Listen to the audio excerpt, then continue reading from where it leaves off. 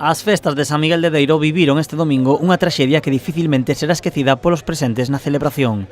Un vehículo irrompeu no campo da festa levando por diante a 18 persoas e impactando contra un dos piares da carpa.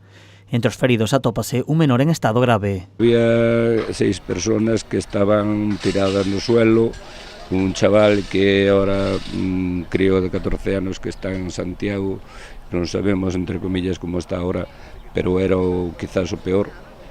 E despois xente tirada no suelo, chorando, vendo sangre, a xente toda, xa te podes imaginar. Segundo as testemuñas, o vehículo estaba aparcado preto do campo da festa, concretamente diante desta casa. No seu interior atopábanse Luís Falconetti, coñecido veciño de Vilanova, e a súa muller, de 82 anos.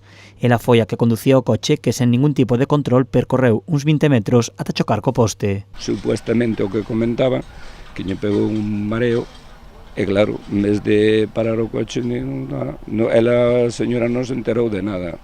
Nada máis que cando ocorreu todo, saleu para fora e quedou en shock.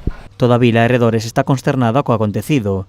Dende a Comisión de Festas e dende o Concello mostran a súa dor e o seu desexo de que os feridos se recuperen. Os que nos preocupan que son 3 personas, 2 máis graves, uno menos grave, el niño que está en Santiago y luego otra persona que con un traumatismo craneal parece ser. Ya digo, son noticias que hay que confirmar.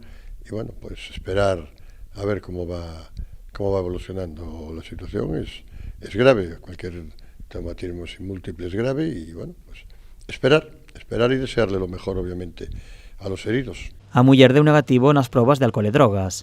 As forzas de seguridade intentan esclarecer agora as causas do accidente. Dende o Concello indican que a rúa estaba valada tanto por arriba como por abaixo, para que non pasaran os vehículos. El coche entró en el recinto para pegar contra la carpa, estaba vallado, entró en el recinto. ¿Por qué entró en el recinto? Pues la causa es lo que os estoy diciendo, yo no sé. As forzas de seguridade xa investigan o acontecido para esclarecer as causas do suceso. A condutora, de momento, atribúeselle un delito de lesións imprudentes e outro de danos.